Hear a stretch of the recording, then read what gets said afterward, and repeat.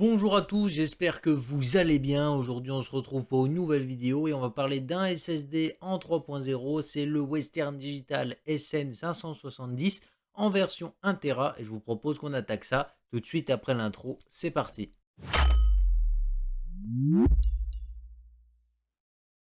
Pour ceux qui sont nouveaux sur cette chaîne, bienvenue sur AZERTES Hardware FR, une chaîne qui se concentre autour du monde du hardware. Et ici, on fait des reviews, des guides d'achat et de la vulgarisation pour te permettre de monter ton PC au meilleur prix tout en sachant ce que tu achètes. Et si jamais tout ça, ça t'intéresse, n'hésite pas à t'abonner et activer la cloche parce que ça fait toujours plaisir et ça te permettra d'être au courant de toutes les prochaines vidéos qui sortiront et ça te sera certainement très utile. Comme je vous disais tout de suite avant l'intro, aujourd'hui on va se retrouver pour un SSD qui est plutôt sympathique, un M.2 à des tarifs assez sympas puisqu'on le retrouve assez souvent en promo à environ 60-70 euros pour 1 Tera, donc c'est relativement pas mal. En plus de ça, on est ici sur M.2 NVMe qui peut avoir des performances sur le papier plutôt intéressantes, mais est-ce que c'est vraiment le cas en réalité? Eh bien, c'est ce qu'on va voir dans cette vidéo. D'ailleurs, je vous propose que celle-ci s'organise de cette façon. On va d'abord s'attarder un petit peu sur les spécifications techniques qu'il annonce, puis on ira directement voir un petit peu ce qui vaut sur le terrain, puis on finira par une petite conclusion en parlant très brièvement de la chauffe, puisque globalement, que j'ai pas détecté une chauffe anormalement élevée sur celui-ci, donc on va dire que niveau performance, il sera pas trop bridé. Donc au niveau des spécifications techniques, on est ici sur la version 1 Tera de ce Western Digital, on est ici sur la gamme Blue. Donc au niveau justement de ces spécifications techniques, vous allez voir qu'on a des trucs plutôt sympathiques. Donc on va voir ici au niveau des débits pour cette version 1 Tera, puisque c'est principalement celle qui nous intéresse dans cette vidéo. Au niveau de la lecture, on va retrouver ici des débits qui peuvent aller jusqu'à 3,5 gigabits par seconde.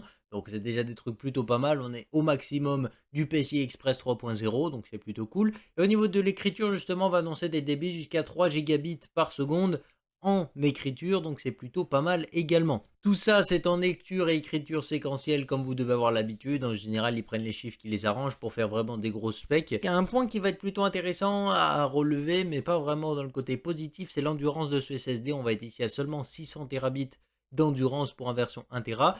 Ça fait à peine 600 fois sa capacité, alors que normalement on est autour de 1000. Voilà, on va dire qu'on a un petit peu le même défaut que le 980 de chez Samsung, qui a une endurance pas très folle. On est autour de 700-800 fois sa capacité, je crois. Donc c'est même un petit peu meilleur justement que ce SSD. Et là, on se retrouve à seulement 600 fois sa capacité. C'est vraiment dommage, quoi. On a vraiment un frein ici sur l'endurance par rapport à certains concurrents. On pense à Corsair ou à Seagate FireCuda. Alors certes, là, je compare à des 4.0, mais globalement, niveau endurance, ils vont endurer beaucoup plus longtemps. Parce que par exemple, le dernier qu'on a présenté, qui est le Seagate FireCuda 530, voilà, il tenait 1200 fois sa capacité, 1300 fois. Hein, c'est quasiment le double en fait en endurance par rapport à celui-ci, donc c'est un petit peu dommage. Après, c'est pas des SSD qui sont voués à la même gamme, donc techniquement, est-ce qu'on peut vraiment le reprocher? Moi, je trouve quand même que 600 fois sa capacité, c'est vraiment pas colossal et que ça peut être vraiment un de ses défauts ici. Un deuxième défaut qu'on peut relever tout de suite depuis la fiche technique, c'est que ce SSD n'a pas de mémoire cache. D'habitude, un SSD performant, pour ceux qui s'y connaissent pas trop en SSD, on va retrouver ici tout le SSD avec justement par exemple vos 1 Tera ou vos 512 Go de données. Et puis à côté, on va avoir une petite puce de 4 Go, 8 Go, 16 Go, ça dépend un petit peu le SSD, qui va être là pour servir de cache instantanée pour accueillir un maximum de données et puis réécrire après sur les données. Bref, ça va être vraiment là pour jouer un gros rôle de tampon et ça va permettre au SSD dans certains cas d'écriture ou de lecture d'ailleurs, d'être beaucoup plus performant et ça se voit tout de suite sur les performances. Et là, malheureusement, il va pas profiter justement de ce genre de technologie qui va malheureusement lui créer certainement des petits freins dans certaines étapes. On verra ça justement au niveau des tests. Un petit point qui va être aussi intéressant de regarder, c'est au niveau du contrôleur de chez Western Digital. On a une architecture qui vient directement de chez Western Digital. Donc c'est un peu comme Samsung, ils font carrément leur propre contrôleur. Je sais pas lequel est intégré dedans puisque j'ai pas vraiment trouvé. Après, il faut avouer que j'ai pas énormément cherché non plus parce que c'est vraiment une information qui intéresse pas tout le monde, on va pas se mentir. C'est un contrôleur designé par Western Digital, donc normalement ils sont censés savoir travailler avec leur propre contrôleur. Donc on va dire que normalement tout ça devrait être un petit peu optimisé, un petit peu comme chez Samsung. Sinon, qu'est-ce qu'on peut dire au niveau des puces mémoire qui ont été utilisées? On est ici sur de la mémoire TLC, donc 3 bits par cellule. Ça va permettre d'être dans la norme actuelle, on va pas se mentir. Le QLC, c'est 4 bits par cellule, ça casse la tête parce que c'est pourri. Ça bousille les puces plus vite. Globalement, on a des moins bonnes performances. Bon, le seul avantage, c'est que ça coûte moins cher, mais dans tous les autres points, c'est moins bon. La TLC, c'est globalement un petit peu plus cher, même si on voit pas encore trop la différence. Et globalement, ça a des meilleures performances et ça a une meilleure endurance aussi, même si là, ça se verra pas forcément énormément. Un point par contre qui est très fort ici pour Western Digital, c'est les 50 garanties qui sont appliquées pour ce SSD, malgré sa gamme qui est certainement la entrée de gamme de chez Western Digital, tu vois. Blue et Green en général, on est vraiment dans l'entrée de gamme de chez Western Digital. Et là, on arrive quand même à nous fournir une garantie de 5 ans pour ce SSD, ce qui offre quand même un bon plus ici. Donc voilà, sinon le tarif annoncé de base, il est à 110 $, mais en France, on le retrouve plutôt entre 90 et 100 € à prix normal. Et comme je disais, au niveau des soldes, ça peut descendre assez globalement autour de 60 à 75 €, on va dire. Et à ce prix-là, il est plutôt intéressant. Il est souvent aligné à peu près au prix du Samsung 980 qu'on avait déjà présenté juste ici. Donc pour celui qui veut aller voir, ça peut être plutôt intéressant également.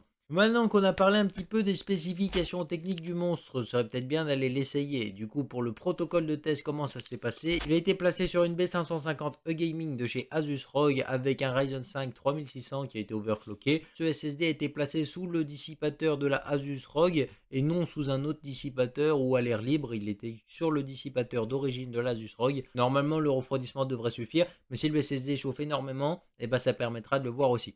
Vous avez tous les détails de la plateforme de test en description pour ceux qui veulent savoir, mais voilà, je vous ai donné en gros les grandes lignes. Ça a été testé sur Windows 10, alors je n'ai pas la version exacte de Windows 10 pour ceux qui la veulent. Au niveau des logiciels de stress test, j'ai utilisé 3 logiciels qui sont plutôt intéressants selon moi. On a Anvil qui est plutôt sympathique, on a Atto également, et puis on va voir Crystal Dismark qui sont assez sympas. Voilà, c'est 3 tests assez complémentaires, ça va nous permettre d'avoir différents types de graphiques assez cool, et ça devrait vous donner une petite idée globale de ce que vaut ce SSD par rapport à d'autres SSD. Sur ce, je vous propose de regarder les graphiques et puis on en reparle juste après.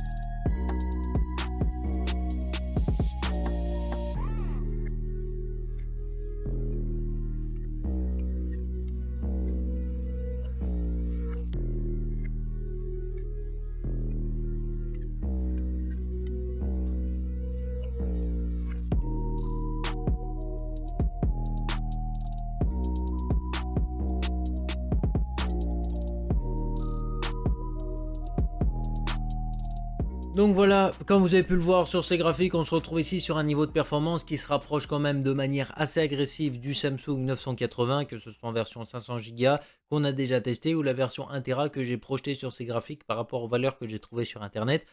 Donc globalement, voilà, c'est plutôt pas mal. Moi, j'étais quand même plutôt étonné de voir qu'il reste autant dans les pieds justement de ce Samsung 980 qui a quand même des très bons débits. On va pas se mentir que la qualité Samsung se fait sentir. Et justement, le Samsung 980 a déjà comme défaut d'avoir une endurance qui est pas forcément exceptionnelle. Et là, globalement, on retrouve un petit peu le même défaut, même en pire ici. Alors même si on a exactement à peu près les mêmes débits et le même niveau de performance, on a quand même ce petit point noir ici qui fait que peut-être que les gens qui chercheront la fiabilité avant tout ou quelque chose de très endurant, comme moi par exemple, j'aime bien des SSD qui durent vraiment dans le temps parce que je stocke des trucs que j'ai pas envie de perdre, tu vois, comme beaucoup de gens sur leur PC.